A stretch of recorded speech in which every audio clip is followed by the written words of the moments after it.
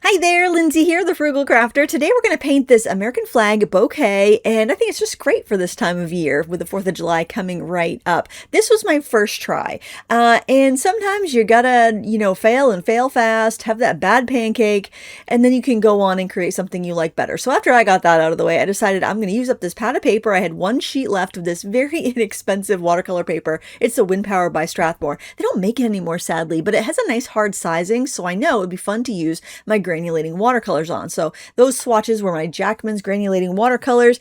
I will link to those in the video description as well as all the other supplies I used if you're curious about them. Blick did recently drop the prices on those again. So if you were bummed at how expensive they'd gotten, now's your chance. Hopefully by the time this video comes out, but oh my gosh, I make no promises, right? So we're going to start off just by flicking some water on the paper.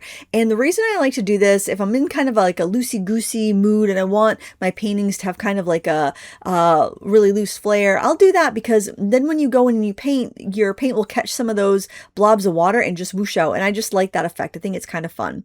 I decided I didn't want to draw first. I was just going to go right in with the paint because on the first version I actually sketched with a gel pen that was water soluble. And I kind of like that, but I also felt like it kind of trapped me in too much and I couldn't really go with the flow. And I wanted to really go with the flow with this. I was a little rusty filming, to be honest. I've been painting quite a bit this summer, but I've been kind of taking some time off from filming.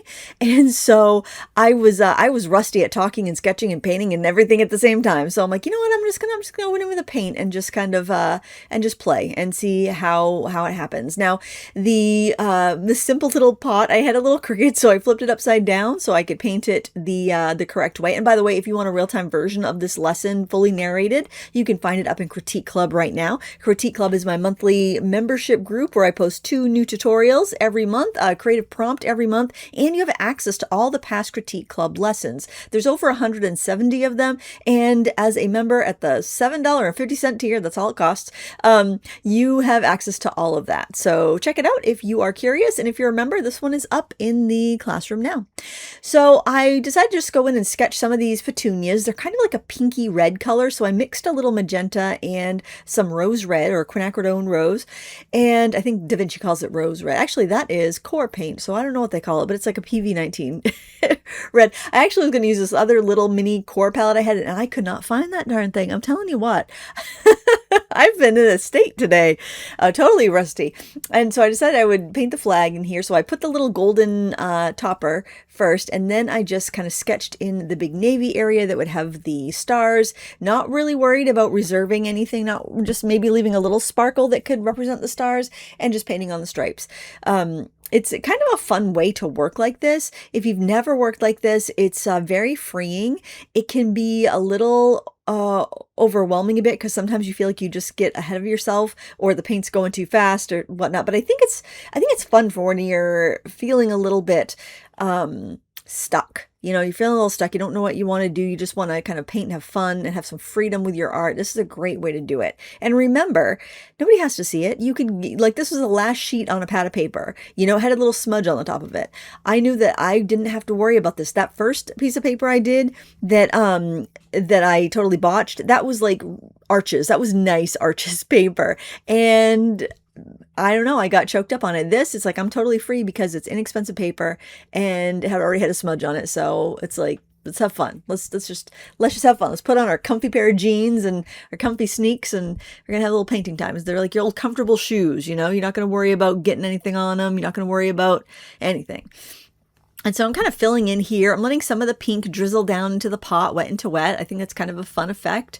Because often you'll get like reflections into like great glazed ceramics of the flowers, and you'll have some of that color bouncing around, which I think is kind of nice. Did some spattering. I know not everybody likes spattering. Of course, you don't have to do it, but I think in a subject like this, it's really appropriate because, it's loose, it's fun, it's free. And as your spatters hit different parts, then it will have, it'll kind of whoosh out a little bit. Now, this part was one of the things that threw me off on the first painting. I had tried to kind of map out the herringbone pattern of the bricks, and I realized that I went wrong somewhere, and then I couldn't recover.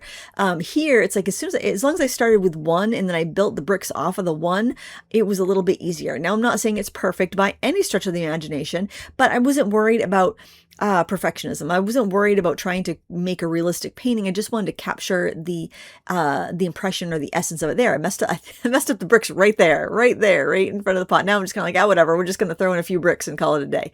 Because, once, if you get a lint, I'm just spraying it to help it whoosh out so that it kind of fades off into the ether. And we have this nice suggestion of the herringbone pattern there. Everything was a picture postcard in Boothbay Harbor. We went down there, a couple girlfriends and I, to go to plein air days, and we painted at the Coastal Maine Botanical Gardens Friday and Saturday, and then Sunday we went to downtown Bar Harbor and we sat on the dock. We did some painting, and then we took reference photos in the town. We visited some galleries. Then we had lunch and visited a bookstore before we headed home. It was just wonderful. The weather was perfect. It was such a beautiful weekend, and yeah, we got to do all the painting that we wanted to. It was just fantastic. We'd never gone to plein air days and stayed over before, so it was just so much fun, and we had a great time. So the idea on this painting, and which is different from the reference photo, I like the idea of like the light and dark contrast, and I thought, a nice bright sunlit bouquet or pot of flowers contrasted with a doorway that was kind of shady. So you have like the warm bricks on the road, you have the warm, brightly lit pot of flowers, and then you've got a cool interior that you would just kind of walk into, right? I wanted that contrast. And I also wanted to play with watercolor powders because I love the way they look when other people do it. I tend to overwork them, so I'm trying to figure out at what point do you stop, right? At what point do you say, okay, enough's enough? That's the effect that I want. I'm just going to leave it alone. And I tend to overdo it. And I'm trying, and with watercolor powders, that is detrimental. It does not look great if you overdo it. You'd be better off to paint it 80% done than to paint it 101% done, So I figured that would be a nice practice to play with those. And when I'm evaluating a painting and trying to decide, was this a successful painting or not? Right there, I was trying to get some little bits of moss that was growing between the building and the rocks and the bricks, but went a little crazy. Anyway, when I'm trying to evaluate if a painting is successful or not, I don't necessarily look at the finished product and say, yes, it's a good painting, or no, that's a bad painting.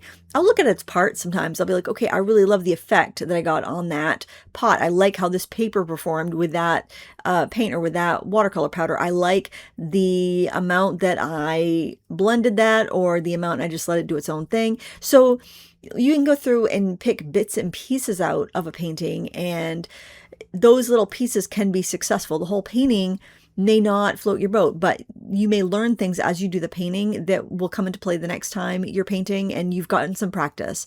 So this is kind of something that would be fun to do in a sketchbook, I think, just because of that, except it's such a juicy technique that I would think it may drip onto other pages. So that's, using the last page in a pad of paper was perfect for this. But I'm definitely approaching this as it's more of a trying out techniques and playing around, trying to get what's in my mind's eye onto paper, which can be so difficult, especially if you tend to use reference photos and paint what's there to kind of get what your mind's eye is imagining for painting. It can be kind of tricky. I also was thinking I wanted some like really contrasted dark lines, just some loose sketchy lines. So I grabbed my Tombow Funosuke pen, which is a plastic nib. It's called like a brush, like a plastic brush pen. It's got a hard nib. You can press more for a thicker line. You can press lightly for a thinner line. And they come in a hard and a soft tip. I'm not sure which one this is. I think it might be the soft tip, actually. It did feel a little bit smushier than the blue ones that I usually use, but that's what I happen to have handy. But I like it because I get a variety of lines. It's one of my favorite pens to bring sketching if I could only carry one pen, because I get such a variety, and it doesn't leak, it doesn't drip, it's waterproof. It's just a really wonderful pen. I highly recommend them. They're not very expensive. I think if you're paying full price, they're maybe $3 or $4 a pen, but you can often get multi-packs for less. They're wonderful. So basically what I was doing here, just adding some like folds in the flag fabric, adding some suggestions of stars, adding some suggestions of the shape of the petunias, making up a few more flowers because I know that everything kind of got a little too washed away, too muddled there. So I wanted to suggest where some more will be, and I can go back in with the watercolors after and kind of make them a little bit more punchy, but basically just to give a little bit more form, because where I do like the the textures and the colors and the blends and the granulation that I was able to get in that ethereal first layer, I felt like I needed a little bit more structure, especially for me. I mean, my paintings are not generally very ethereal and light. I'm definitely a heavy-handed, bright color, dark contrast type of gal, so I needed to have a little bit of something in there to bridge it. But I didn't do too much with the pen, honestly. I wanted to keep it light. I wanted to feel like summer. Summer's my favorite season. I love days like this. I love, hot days with a breeze, just gorgeous Maine summer. It's the time of the year to be in Maine.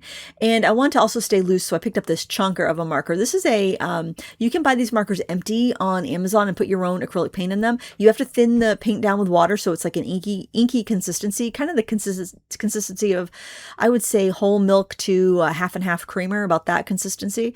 And I used the Chromacryl Blockout White for this because it's such an opaque white. And yeah, I just put it in that big chunky marker. That was before I had any actually store-bought, filled markers. This is just wonderful for those custom colors and whatnot. And I think it was like $8 for 4 empty markers. So you could actually buy markers that are filled with ink for probably about the same price, but I didn't have any, and I didn't know of any at that point, and I wanted to make a few real chunky markers. So that worked out for me, and I just saw that it was kicking around, and I thought I would use it. And then you can pump the marker onto your palette or silicone mat or whatever, get some ink out, and then spatter it, which I thought also gave it a little bit of a freshness.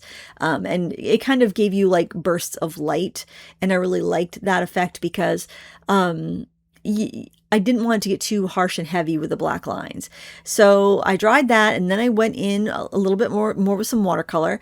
I liked how the reference photo, there was like, you could tell the pot of flowers had been watered, and the water had leaked out and was going in between the grout on the bricks. So I wanted to get that effect there, which maybe it's a little bit of dirt, maybe it's a little bit of water. I like that, so I wanted to get that in there, and I wanted that shadow just to kind of fade off. I didn't want to cover up a bunch of the granulation that I could see underneath, which it probably doesn't show up very well on camera, but it just has a beautiful texture to it. And I will post photos of these on Instagram. They'll be up by now, so you can go, and if you go to Lindsay Weirich on Instagram, you can see the still photos of it and see that texture that I was talking about. Zoom right in, have a good peek. Because it's such a pretty effect. These Jackman watercolors that I have in that smaller palette to the top of the video screen, those are just fantastic. Their granulating tones granulate so aggressively. I think they may even granulate more than the Schmincke ones. They certainly seem to re-wet better. Maybe it's just my climate. Maybe it's where maybe just that formulation works really well for me in Maine. Everything is different, but every climate's different. But anyway, I was also using some core watercolors because I figured the way that they tend to whoosh would be fun for this style. And I'm really liking it now. Now that I've added a little bit more layers, I've got that easy breezy, wet and wet, like whooshy color. And now I'm getting a little bit of structure and form here and density with this other layer.